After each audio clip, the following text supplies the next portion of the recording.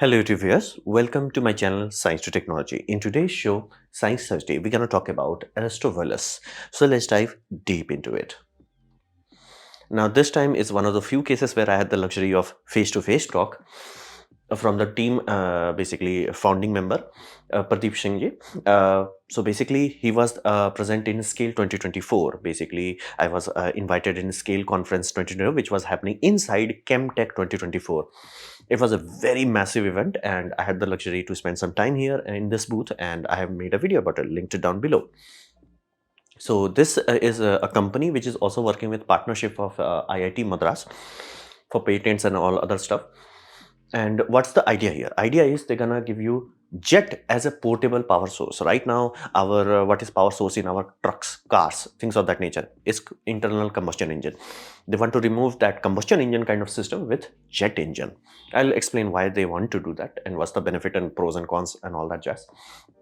So this is they want to do. Basically, imagine having a 100 kilowatt of electrical backup generator going from combustion to jet. That's what they want to do.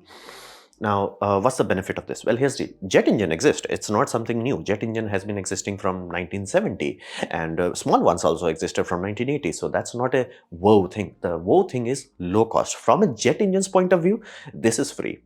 Yes, it's a bit more more or less same kind of price, a bit higher price than your average diesel generator unit. But from a jet engine's point of view, it's free. And on top of that, that itself is just one thing. It also has low NOx emission, meaning if you are deploying it in a residential area where you have a very serious tolerance on emissions, or a government passes a law where you have to reduce your emission, this puppy is like, I got this. Very low NOx emission. So there are some genuine benefits here. So this is the company that we're gonna dive deep into. So what's the design behind it? Well, it's super easy to think in this way. This is a mini version of M1A1 Abrams engine, meaning if you know America's main battle tank, which is Abraham tanks, this puppy, basically take this puppy, shrink it down. This is huge, as in like 1500 horsepower. While this system is designed for more continuous running and does not designed for that kind of power. Again, this is if I'm not mistaken, the early variants were literally a helicopter engine. Then they redesigned it, retooled it and all that jazz. So fundamentally speaking, same core technology, but made a bit smaller, a bit more adequate for our requirements. And why do this? Why go through this trouble? Well, simple answer is fundamental efficiency increase that happens when you go from reciprocating to a jet engine. Because you have to understand, how does a reciprocating internal combustion engine works? It always works like this. It does not matter whether it's CNG, LPG, biofuel or whatever have you. It generally is, you go like this, you suck in air and fuel, and then you go whoop, it goes boom, and then you goes down. Now here's the deal. That is the power stroke. When it boom happened, that's pushing you down. That's awesome. But here's the deal. What after that? Well, now you force it back up. So basically you change your inertia direction. That limits fundamentally how much energy you can get out of a reciprocating engine. And that's why just increasing RPM does not directly yield more result. Heck, the most efficient ones are generally lower RPM one. And even in F1, they realized very early on that they cannot just keep increasing the RPM to 30,000 RPM, because they will end up losing most of the energy just to friction itself. So fundamentally, if you compare that doom, doom, doom motion to a spinning turbine motion, that's much more smoother. Energy is not fighting to change direction. Air's flowing, that's it, done. What about your turbine? It's spinning, done. What about your compressor? Spinning, done. So fundamentally, this inherent physical, basically simpler energy chain allows higher efficiency. Many times you will see people saying that jet engine consumes a lot of fuel. It is true and not true at the same time, because here's the deal. It's consuming the fuel. That is fundamentally true. But here's the how much oomph it gets out of it. Then you put into context of any combustion engine, then you're like, okay, yeah, now I get it. Because it's generally used for giant system, we do not have a context for it. So we're like, oh, it's consuming so much fuel. Yeah, we used to use piston engines, reciprocating engines in aircrafts. Yeah, it wasn't going very far. We learned very early on it has to go to jet. So that's why there is a fundamental efficiency advantage, thermodynamic efficiency advantage, when you're not changing direction. So that's one fundamental benefit. Second, this whole puppy only has one moving part. It has permanent magnet rotor. It has a compressor. It has turbine. The end. It does not have valve train, does not have springs, does not have crankshaft. That's it. It's just one shaft spinning in one direction. Done. Go home. So fundamentally, it's more efficient. That's why like jumbo jets have to use jets. So And even, by the way, many times you will see propeller aircraft, most of them are jet, which are spinning giant propellers. So we have reached a point where it's like jet is the way to go, but cost is the issue. So that's how that is the core advantage. You have less moving part, you have higher thermodynamical efficiency, and then you come to the painful part. Okay, that's great for jet aircraft and all that, but what about on land? On land, how do you improve the fuel efficiency? Basically same way they improved it for M1A1. So they added reciprocator, meaning the exhaust hot air, that's a GG hot air, goes through a heat exchanger, dumps its heat into the incoming airstream. So incoming airstream is, let's say, 50 degrees Celsius. You are dumping heat from basically your exhaust, which could be 1000 degrees Celsius. So 1000 degrees Celsius is dumping heat into the incoming one. The exhaust is getting cooler and your intake is getting warmer, and now your total energy efficiency is going up. That's how this puppy can even survive in the battlefield. Otherwise it would have been just like drinking fuel like there is no tomorrow. So reciprocator actually allows you to improve efficiency in static load scenarios. So that's good there. Now, all this is just engine that is efficient. How do you get that low NOx emission? Well, they are ditching the old combustor design that is used here. So you have conventional combustor, which is, watch up any videos on how combustor works, same design, but they are choosing a different combustor, which is SMLDI, or swirl mesh lean direct injection. That is the patented part. So this injector design allows you to have a different kind of flame front, direct fuel mixture. So benefit is the flame front is more diffused, your final temperature is much lower, and your combustion efficiency is higher, so you are not getting NOx. Now, how exactly does this work? It's a bit beyond my pay grade. Now, be mindful, this sort of similar topology has been used with modern jumbo jets, because again, they are also working to reduce their NOx emissions. So you do not want as high temperature as possible. Of course, it does give you more oomph, but does come with a penalty that you are creating way too much NOx. NOx on ground is, yeah. So having this approach allows them to bypass that side effect. So this will give you same oomph without giving the same NOx pollution. So that's the primary reason. And compared to all the vehicle standard of that is right now, this is 20x better because it's burning it so efficiently. Can it be done? Yeah, it can be done. Heck, you can find papers for this exact system thing, LDI combustor. Not this exact variant, but similar type, like from NASA and Airbus and Boeing and all that. You will find research paper on all of that. It's a known thing how to reduce NOx. So they are doing that, and they have a specific tweak on that system that is specially fine-tuned for them. So this is the design. They just took M1A1 Abrams, simplified it, made it more less polluting, and that here we are. So what about the cost? This is the critical ask. So far, everything that I talked about, you can just buy right now in the market. It's just, you do not have to ask the cost of it, because it's one of those things where it's like, if you have to ask the price, you can't afford it. So fundamentally, technology is not magic. Everything I have talked about so far, companies can do it, but cost is magic. What they are claiming, what their delivery price point is, that's low. How the heck they can make it low? First rule they followed is never touch this puppy. Do not go into aerospace industry. Do not even pick up a phone and call any one of them, because the starting price is stupid. So how else would you get something that is almost like a jet engine and works like a jet engine and has the similar kind of oomph? Well, ta-da! Petrol turbochargers. And yes, petrol do come with turbochargers, and yes, they do go stupid RPM. For example, this is from F1. This puppy goes to 100,000 RPM. Video link down below, and this was like from 10 years ago in F1. So they literally took this as a core essence rather than this, which is stupid price. They took this into like a core fundamental. So that was their starting base, a turbocharger. Okay, so now you have a spindle that is spinning stupid RPM. How do you tame that beast? Bearings do work at that temperature, but not only it has to be very high-end ceramic bearing, on top of that it also would require continuous oil cooling, or you can have oil general cooling and all that. Bearing, general bearing, all of those things do work, but they all have some their pros and cons. If many times you may pay attention to F1, if they have a turbo failure, white smoke will come out because the turbine bearing, that oil that's supposed to float it, it's not working, and bad things are happening. It's going into the hot exhaust and it's boiling off. So that's why they are not choosing oil. And of course, it requires a lot of sealing, pressurizers and all that jazz. So they are going to airfoil bearing. And airfoil bearings have a very good advantage that higher the RPM, the more effective they become. So if you have like 10,000 rpm, they're like, okay. You have 20,000 rpm, they're like, okay, we see you. You go to 50,000 rpm, it's like, I'm your guy. You go to 60,000 rpm, or according to this brochure, you are looking at like 80,000 rpm, air bearings like, I'm that guy. So that's what they are doing. That is allowing them to keep the cost low. And then metallurgy, this is the critical aspect of it. Jet engine is inherently smooth, so consequence, the temperature is also, you're not getting pulse of power, you're getting continuous power, a flame torch, so to say.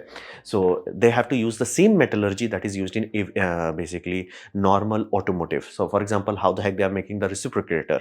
It's made out of stainless steel 316 kind of alloy. What about the turbine part that is getting the hot exhaust blasted to it? Inconel 708. And what about the compressor part? Again, you want the weight to be light, so it's 6 series aluminum. Now here's the deal. All of this can be thrown away and you can just replace all of that with titanium. And problem with that is, like, it will work. Heck, it might even give you better efficiency. Consequence would be price will go stupid.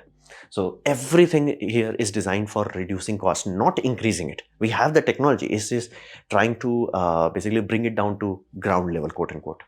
So that's the whole part. Technology is not the magical part, not even that patented and all that. That's good and all, but it's like, yeah, you could do that. But the magic is how they are working collectively to get the price down. So using the logical alloys, using automotive industries, everything that is utilizing the automotive industry. And yes, you can buy turbochargers for your vehicle that has air bearings. So that's how they are making sure that the RPM does not become a pain point for them. Now, after talking to that individual for 1 hour, I did realize there was certain wisdom to it. Now, first interesting wisdom was, when you have something like this sort of RPM, the noise will be brutal. Now, here's the deal. I do not know how they achieved it, or it was a happy accident, but the noise that they are creating is shifted, as in, it's not screaming its lungs out in sound that we can hear. It's screaming its lung out in ultrasound. It's almost like an ultrasound there, but you cannot hear it, meaning it's not harmful to you. Exactly how we go to ultrasound in a doctor's office, we do not get hearing damage. Why? Because we cannot hear it. It's like it passes through us without any issue. So ultrasound, so that's a very unique way of taking care. It's like, it does have that rumbling oomph, but it's not painful. It's not like high pinch. It's like, I do not know whether it was like deliberately designed, or it like just happened and they just moved with it, but the sound is screaming in ultrasound. So unless you are a dog, you do not have to worry about it, or a bat, but for everything else, it's like nice. And system is completely coolantless. That simply shows that they know that maintenance is a kind of weak point for Indians. We are really sloppy at that. So how do you make sure a machine lasts very long without maintenance? Do not ask for it. No coolant. And that's why I said the oil bearing does have some benefits, but that will require maintenance. What if you eat that? You get the pros and cons.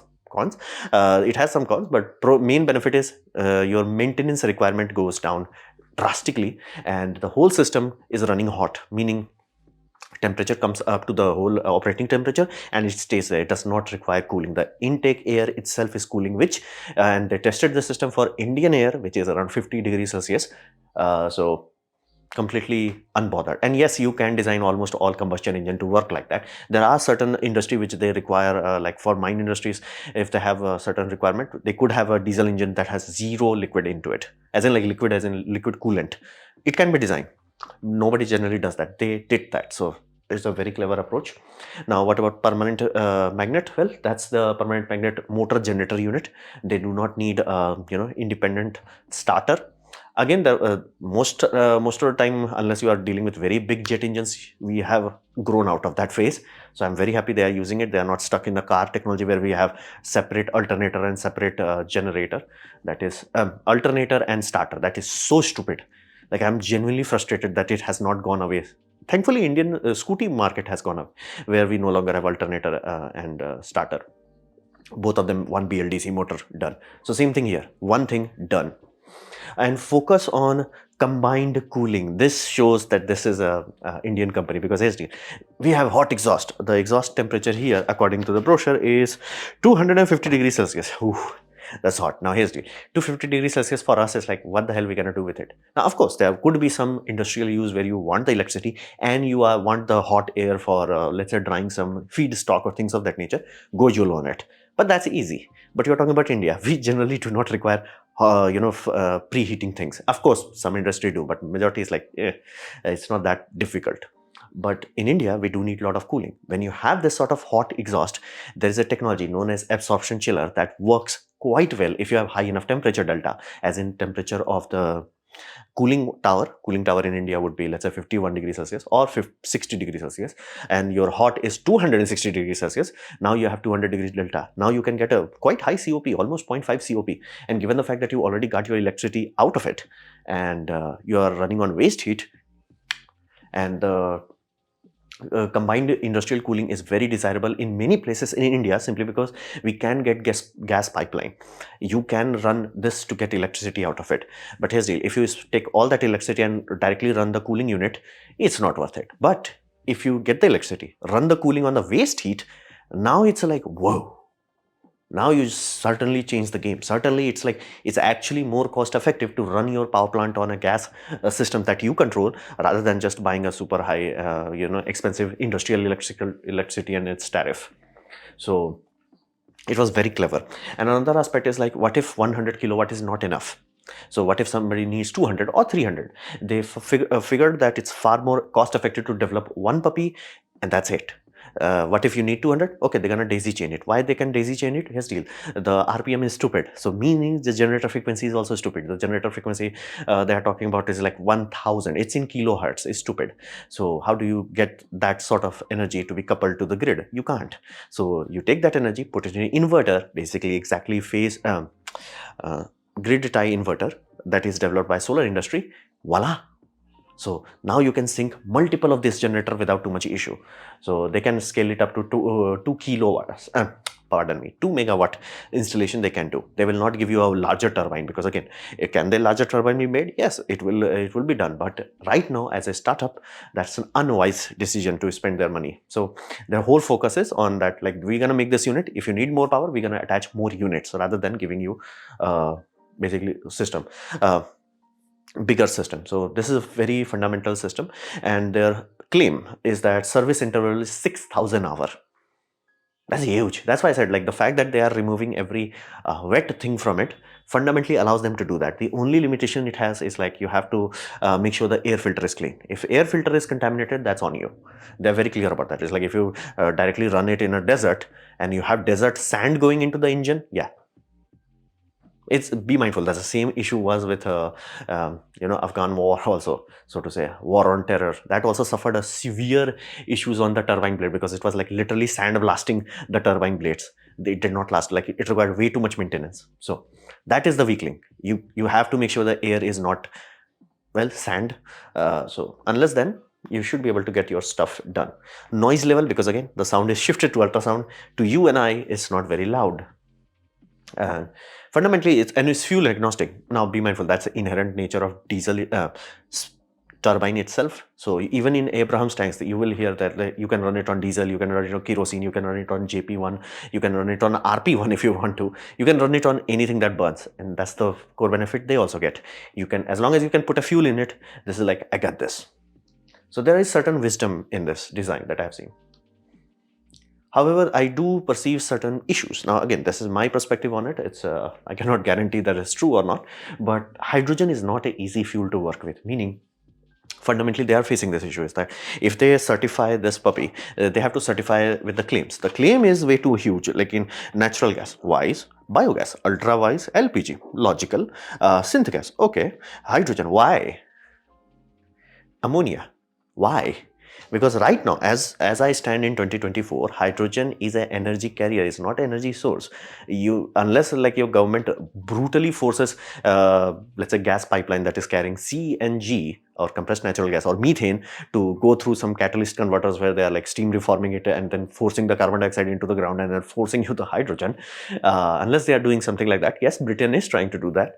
You're not going to get hydrogen. And be mindful, even if you get hydrogen, you have to get a lot of hydrogen to get any energy. A megajoule per kilogram is misleading, because megajoule per liter matters for a lot. And again, with pressure, you need 600 bar to do anything meaningful. So hydrogen is a very hard fuel to work with, because hydrogen molecule, gas molecule H2 causes hydrogen embrittlement, meaning the gas molecule can go through metal lattice and get trapped there and cause destructive effects. So meaning the engine which they are certifying for 6,000 hours, it could be like, hey, every 1,000 hour it's getting eroded. So fundamentally that's a big issue, and they're working a lot on coatings. Now, can these problems be solved? Absolutely, easily, without any issue. It's just that price will become an issue if you do that. So the hard part for them is achieving all that they have claimed with low cost. Now, can it be done? Absolutely, if they had just let go of the hydrogen. Hydrogen is the biggest pain point for them. The hydrogen metal embrittlement, because every time you turn off the engine, hydrogen will be there. And of course, it will dissipate, but it may dissipate through the metals. And coatings that can handle hydrogen in a jet engine, not cheap. And then you have to also deal with the exhaust part of it. When you are dealing with raw hydrogen exhaust, that's very high pressure steam, and like a very high temperature and very high pressure steam that is like eroding your stuff. And if you are relying on coatings to make sure your stuff lasts, that coating will not last in a pure hydrogen environment. So fundamentally that is increasing their cost of development time to development, time to market, because right now all they can do is like pre-order your stuff. So hydrogen is the weak link. So what would be the more logical approach based on the Indian context? In Indian context, they should only focus on gases for now, for Mark 1 product, and they should focus on 3 gases: CNG, LPG, and biogas. Why biogas? We have boatload of it, biogas, in India, and more are being built. We have learned our lesson from biogas early attempts in early 2000s. We have learned it that it's better to make large plants rather than multiple small ones. So we're going to get a lot of biogas. LPG, it's a liquid petroleum gas, butane, propane, ethane, butane, a bit heavier gases. It does work. We do have a good supply source of it. CNG, India is already getting gas pipelines, so it's a thing. And again, in certain location, you can run your industry. If you the cooling can be done on waste heat, it will make more sense to do it rather than relying on electricity from the grid. So there is some actual logic to it. And CNG is already used as a propulsion gas right now in India. So you can just go to a gas station, let's say when they upgrade it to for vehicle systems and all that, which is their next stage, they will be like, hey, CNG, shut up, take money. So if they just let go of hydrogen for Mark 1, let's say in Mark 2, Mark 3, they are like, okay, once we have enough money, once we have enough supply units in real life, enough cycles, real life uses where we can like, okay, now we can say it works for 6,000 hours without any issue. Then they can upgrade on the work on the coating, because that is the expensive delay. So as of now, as a Mark 1 product, Ironman Mark 1, I would think they should only focus on these 3 things. And what about petrol, diesel, gasoline, things of that nature? Next time, because again, that does require plumbing. These gases are a bit more easy in the plumbing department. So if they focus on only these 3 gases, they have a very easy time to getting to market. The more claim they make, the more hard their life becomes. So it's unwise. On top of that, there are only few sources of hydrogen right now. Like you cannot just go and get hydrogen, and all the places where you can just go and get hydrogen, it's expensive. So that's there. Now, in terms of their business partnership, they need a good absorption chiller partnership. In India, they need to work with someone who can design a system that works effectively well with them. You need coupling efficiency. 250 degrees Celsius hot exhaust sounds good, and it is good, but you also have to make sure that you do not create too much back pressure. So there needs to be some feedback loop engineering, meaning 2 products have to get in bed together, make love together properly. That requires a good company that is willing to, let's say, Dry Air or other brands. There are many brands like that, especially after Fukushima power plant went boom. Japan learned the hard way that cooling requires a lot of power, so they switched to natural gas cooling, as in fire powered absorption chillers. So there's a lot of upgrades into that ecosystem instantaneously. So right now there's a lot of companies that are providing you that service. They need one of them that is like, working with them, working with their quirks, and they can give a complete package right now. So these are the issues that I've seen. Basically, if they let go of the hydrogen and ammonia, basically pushing rather than pushing the boundaries as of now, they're like, okay, let's complete the boundary, then have a foundation, then we have the solid oomph, then we go upgrade to hydrogen. That will make far more sense. And they do need one good partner with absorption chill, because you do not want like, okay, I am selling you this unit, you figure out how the exhaust works, and because it's not coupled properly, you could have a scenario where back pressure is reducing your efficiency. So you do need proper collaboration. So I do see some issues, but I am very hopeful, and a CEO directly talking to me for 1 hour while I was going deep into stuff. So it was very refreshing. Let's just put it that way. So this was my presentation on Aristobulus. Hopefully you have liked it, learned from it. In that case, please click the like button, share it amongst your friends. That will help me a lot. If you didn't like it, didn't enjoy it, I urge you to press dislike. Press it twice to show me extra disappointment. Please leave a comment because I do try to reply to all of them. Subscribe, press the bell icon if you're free. And as always, thanks for watching.